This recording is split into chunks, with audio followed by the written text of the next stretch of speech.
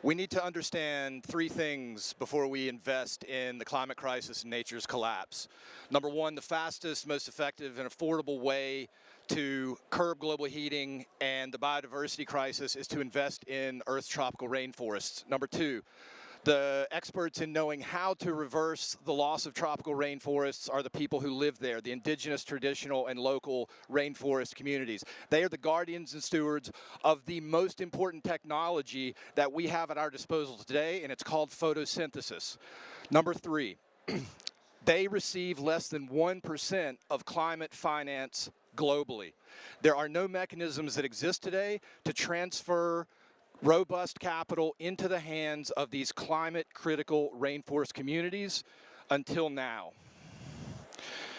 Welcome Rainforest Exchange. This is a revolutionary platform that is as unique as it is obvious. It's field-tested and ready for scale. Here's how it works. We radically listen to the experts. We radically listen to the rainforest communities themselves as they design intersectional healthcare, livelihoods, conservation, and education programs, and then we invest precisely in their design wisdom. Now, we do not want to burden them with onerous reporting, monitoring, and verification, so we use satellite technology to monitor the gains of carbon, and we use bioacoustics technology to monitor their impact on biodiversity.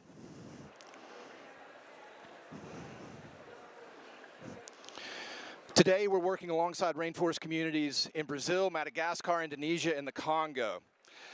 We are investing around 5 to 6 million in these communities. I want to give you one example of return on investment at our proof of concept site in Indonesian Borneo and West Kalimantan, where we invested $5 million across 10 years into the intersectional solutions of the rainforest communities. And look at the impact.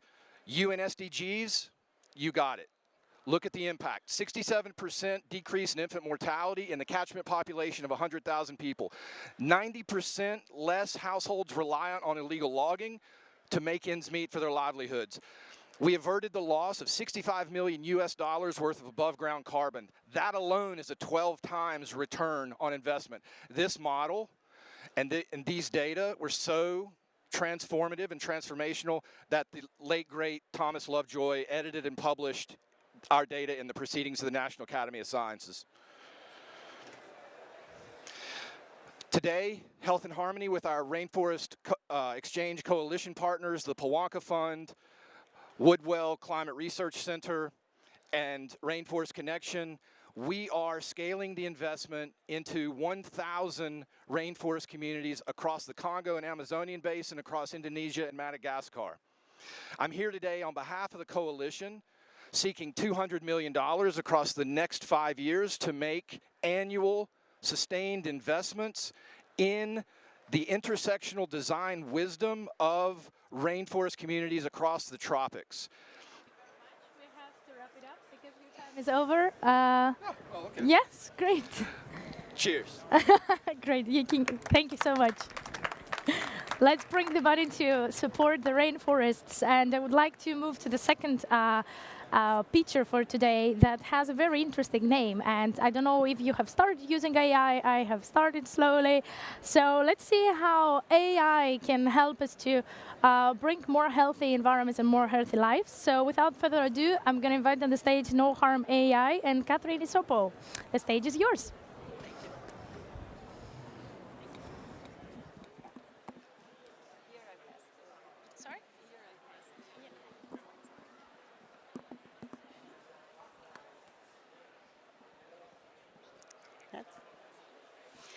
Hello, you can call me Catherine. I am a clinical pharmacist and I am here to present NoHarm, an intelligent system that helps the healthcare professionals to keep patients safer. Do you think patients are safe? Medication errors are considered a public health problem because it can cause harm and even death. Errors can cost billions of dollars every year, and most of these errors are preventable. So, health community has been working hard to reduce risks of medication use. The medication process in hospitals are very complex, and it explains why medication errors are more common. Medical prescription is a critical step, and pharmacists should make a review of all prescriptions to improve patient safety. So, pharmacists make a review and suggest interventions. But this task is time-consuming, and it will take a lot of resources for a final conclusion. NoHarm is a platform that integrates into the hospital system and helps pharmacists avoid these errors. AI prioritizes patients who need analysis and intervention from pharmacists on doses and frequency of medication use. NoHarm uses natural language processing by using information from the database, which make alerts, warnings, and risk indicators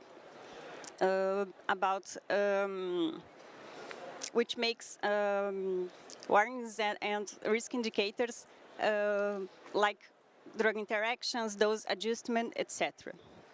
NoHarm provides all patient conditions and alerts, and for each patient, specific alerts and suggestions to improve the treatment. Increasing efficiency, safety, and reducing costs. For example, last year, one hospital reduced $1 million using NoHarm. We have impacted many lives in more than 70 hospitals in Brazil in only 3 years.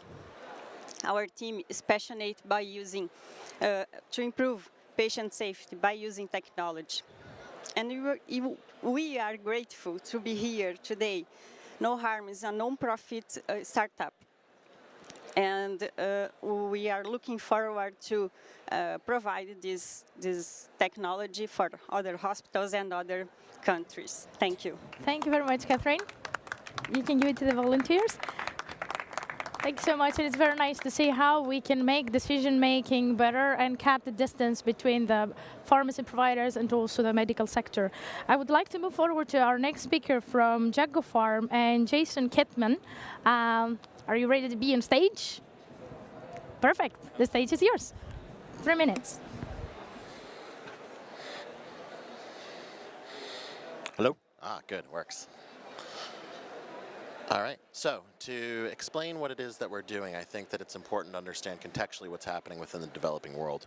So if you are a working class person, you're probably working 12 to 16 hours a day and about 6 days a week. So in your day off, if you yourself require medicine or a family member requires medicine or something like that, you then have the arduous task of going to pharmacies to try and find it. Now, all of these pharmacies throughout the developing world are typically being run with pen and paper. So more often than not, they don't actually have the medicine that you're looking for, but there's no way to actually find it because typically they're calling other places, they're calling distributors.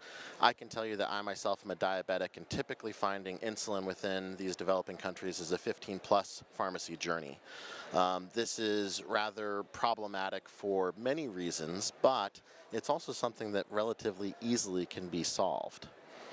And so what Jungopharm is doing is we're working towards digitizing the pharmaceutical industry. Now, this technology could work with any facet of supply chain, but what we have built is the capacity for inventory management, web portals, and all the way through put to transactions of point of sale within the environment. And so when looking for this specific medicine, we would then be able to say, well, you don't have to go to 15 different pharmacies, it's right here.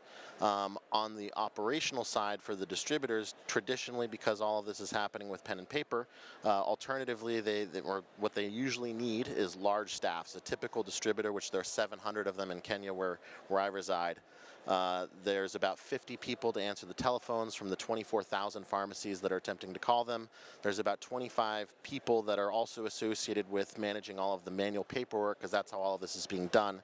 And so we have the ability to digitize all of this. I'm going to skip a few slides, but in terms of traction, We've been around for about a year, and in that time, we've managed to get about 2,000 hospitals and pharmacies to sign up. Transactional volume of what that then means is about $1.7 million is what we did in transactional volume last month.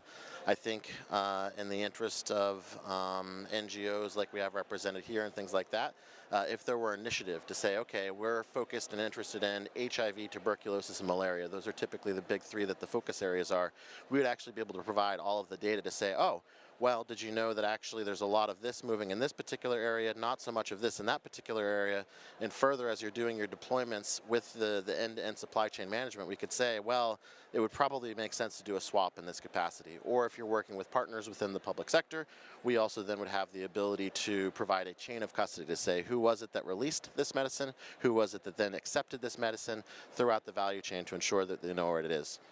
And in my last 5 seconds, I felt it important to highlight that we are both a female-run and led organization, empowering women as well as individuals within Kenya. You can hand it over to the volunteers. Thank you very much. And I think if I could summarize, it's like save time, save lives. Finding the right time to, saving the time to find the right resources where they are located to actually save lives in the countries that really need it. And I would like to move to the next feature, La Maison de l'Artemisia. I hope I pronounced it correctly. So please, Lucille, the stage is yours.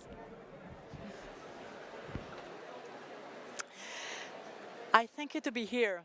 And so I'm Lucille Cornet-Vernet. I'm the founder of the 10-year-old NGO called La Maison de l'Artemisia, very difficult in English, so Artemisia House for here. Imagine, you live in Africa in a village 20 kilometers from the first health center and 100 from the first hospital. You have no car, you have no motorcycle, and your child has a severe malaria attack. 10 of millions of people experience this tragedy every year. What if plants growing in your garden could treat your child effectively? This dream is in fact reality. The plants Artemisia annua and Artemisia afra can be grown in every garden throughout Africa and the world. And they can cure human beings of parasitosis like malaria. They also have proven antibacterial and anti-inflammatory virtues. Our farm animals, also infested by parasites, can be cured with this natural treatment. When planted around the house, they form excellent mosquito repellent hedges, a kind of natural mosquito net. And when added to other fermenting plants, they make an excellent natural biopesticide, which is non-toxic for the soil, fauna, flora, and water. It is the perfect plant for the new One Health vision of global public health. Our NGO helps to develop training centers to spread these practices. There are now 1,030 Artemisia houses in 28 countries. Sorry for the map, it doesn't work. But we are all bound by an ethical charter which frames production in agroecology, transformation to WHO standards, distribution with sharing of the added value, joint communication, open source sharing of knowledge, and training which is permanently updated. Our network is linked to many research teams on the subject. The Artemisia houses have a real economic impact by reducing health expenses and veterinary and phytosanitary products for households. They create a new local and diversified agriculture sector, and they have a big social impact. Yes. It's okay? Okay. Yes. Thank you very much, Lucille. You can step down and keep the microphone. Thank you, and I think it's important to remember that actually nature always had the means to heal itself, right? So we have to get this wisdom back and put it in our garden, bring this wisdom back in our hands. Last but not least speaker for today, from Sehat Kahani. Sarah, please, the stage is yours, and 3 minutes. Hello, everyone. My name is Dr. Sara Said Khurram, and I am the CEO and co-founder of a female-led, female-run company in Pakistan in digital health. I come from Pakistan, which is land of many splendors, but Pakistan has very unique healthcare challenges. There are 245,000 doctors in Pakistan, and interestingly, 80% of our workforce is women. It increases the social stature for women to be a doctor in Pakistan. But unfortunately, due to social cultural barriers, only 40% of them work. Less become doctor brides. They marry and they never work. Also, a lot of doctors leave the country for better work opportunities, so Pakistan has half a doctor for 1,000 patients. Because we're also the 5th largest population in the world, and 110 million people in our country, 50%, never see a doctor in their lifetime. But when there are crises, there are opportunities. So in Pakistan, there is 49% smartphone penetration and 85% mobile density. I became a doctor bride in 2015, and in that crisis, I turned it into an opportunity. I started giving online consultations in low-income areas, and that's what inspired me to create Sehat Kahani, Story of Health. That is a large network of online female doctors that connects to patients through a chat, audio, and video consultation platform, giving them a chance of quality, affordable, and democratized healthcare. Sehat Kahani works in 3 ways. For urban users, we have an app. You can download the app and connect to a doctor. You can do it individually or through your insurance company.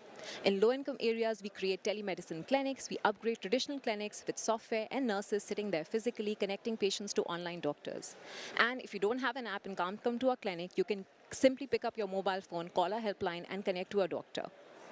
Sehat Kahani has created a network of 7,500 female doctors, 80% of them in Pakistan and 19% global. We have 40 plus key specialties available, including mental health. In the last 5 years, Sehat Kahani has become the leading digital healthcare company in Pakistan. We have 59 e-health clinics in low-income areas. We work with 5 major insurance companies and provide services to 700 corporations for OPD care. We've seen over 2 million patients, and we have impacted overall 7.2 million lives in our country. This is a snapshot of corporates that use our services. In this fiscal year alone, from July to March, we have created a GDV of 2.3 million and done over 900,000 consultations. And in general, we had a 1 to 1.5x growth since last fiscal year. It's a very simple application to use. In 2 clicks, you get connected to a doctor within 60 seconds. That's the USP of the app. We have an AI-generated clinical decision support system for the doctors, which helps them to make good diagnosis. Sehat Kahani is expanding. For our app, we're venturing into online pharmacy, diagnostics, and home healthcare. For our clinics, we're partnering with government to convert traditional basic health units into telemedicine centers, and our app is running nationwide with Unilever to provide free healthcare to patients. Sehat Kahani is raising its Series A round of $3 million. $500,000 are left. We look forward for you to investing in that. It will help us to reach to 5 million users in the next 18 months, help us reach regionally to Dubai, Saudi Arabia, and Africa, and help us provide everyone globally a chance to quality and affordable healthcare. Thank you. Thank you very much, Sarah. You can stay on the stage, and I would like to invite the rest of the speakers on stage to move into our Q&A sessions that will last about 5 minutes. So I would like to put your attention to keep it short, concise from the point of questions, but also the point of answers. Whenever you're ready. Yeah, sure. So let's start with maybe last one. So Sehat Kahani. Yes. I understand that you also cover you have a global coverage with doctors, physicians. Is there any cultural barriers or language barriers, because your patient population is in Pakistan, but the doctors are across the world? So how do you kind of solve that challenge? So I mentioned in my slide that 15% of Pakistani doctors move abroad. So the global doctor network that we have are all Pakistani doctors, because you need a Pakistani PMDC license to work for any Pakistani patient. But because we have such a high diaspora of doctors across the world, we're able to tap them into. So for example, our app is 24/7. All the night times are covered by doctors in US and UK and Australia. So that really helps our cause. Thank you. Question for Jungopharm. Fantastic idea, everyone, actually. Well done on all the pitches. And my question really is more along the lines of, bringing in this technology to the pharmacists and to the general staff. Is there training and sort of that upskilling that has to be done, and how do you go about doing that? There is. So the traditional environment is all pen and paper. So there is some change management. With a staff of 4 people, we brought on those 2,000 plus. It's actually 2,300 is the current number for hospitals and pharmacies. We did that in the course of about 3 months. So we're able to move rather rapidly with that small staff, but there is a large requirement for training within the change management of what's happening. We'll stay on the pharmacy, guess, with NoHarm. I'm kind of curious on how you collect the data. You know, we have a very strong GDPR compliance regulation here. So how do you make sure that the pharmacists, the doctors, have the exact data about the patient, what they've been prescribed before, and there's no kind of conflict between medications? Can you explain? We use something like a code. We bring in the system of hospital, and we treat the data and send again to the hospital with the information from the patient. So it's a security system to read and to develop the data. If I'm going through different practitioners, so I'm going to see one physician here, one physician there, how do they actually share the data from the prescription that they've given me? And then when I go to the pharmacy, then they know that I've had this medication prescribed from this physician and this medication prescribed from this. All informations came to the system. So you will see what doctor prescribed, and who is the doctor, and who is the patient, and who is the medication. So we group all informations together. Thank you. My next question is for Health and Harmony. Where did I lost it? Okay, there we go. Yes. So what are some of the sort of direct health sort of implications or benefits that you've seen so far since you've been in operation? Yeah, thank you. So in the proof of concept, which was published, the Proceedings of the National Academy of Sciences, we saw over the 10 years that we invested the $5 million, consistent declines in the common morbidities and killers, tuberculosis, diarrheal diseases, malaria, and non-communicable diseases like diabetes. We've been replicating alongside rainforest communities in Brazil, Madagascar, and soon moving into the Congo, and we are on the cusp of publishing some of that data as well. It continues to look very promising from a community health point of view. So maybe a question to la Maison de l'Artemisia. Okay, sure. So then my question is basically, how do you educate the local population? So making sure that they understand the best practices and yeah, we have the same your train. plans. It's a 4 days training, and we have the same training all over Africa in every language. So, and we are a very big network, and we have all the same training. Okay. I have one last question, which I really like to ask. You can ask it, and maybe you can move then in the network area to discuss it further. The main challenge in one word that you're facing currently. The main challenge, one word for all of Partnerships. Fast. Stubbornness. This is the future of health. Okay. The future of health. I agree. Growth. Trust networks. Perfect. Thank you very much. Your stories. Yes, you can give it to the volunteers. Thanks. Great applause for the innovators. A great applause for our jury as well for the wonderful questions. And I would like to invite you for 30 minutes in the network session to continue the conversation sparking.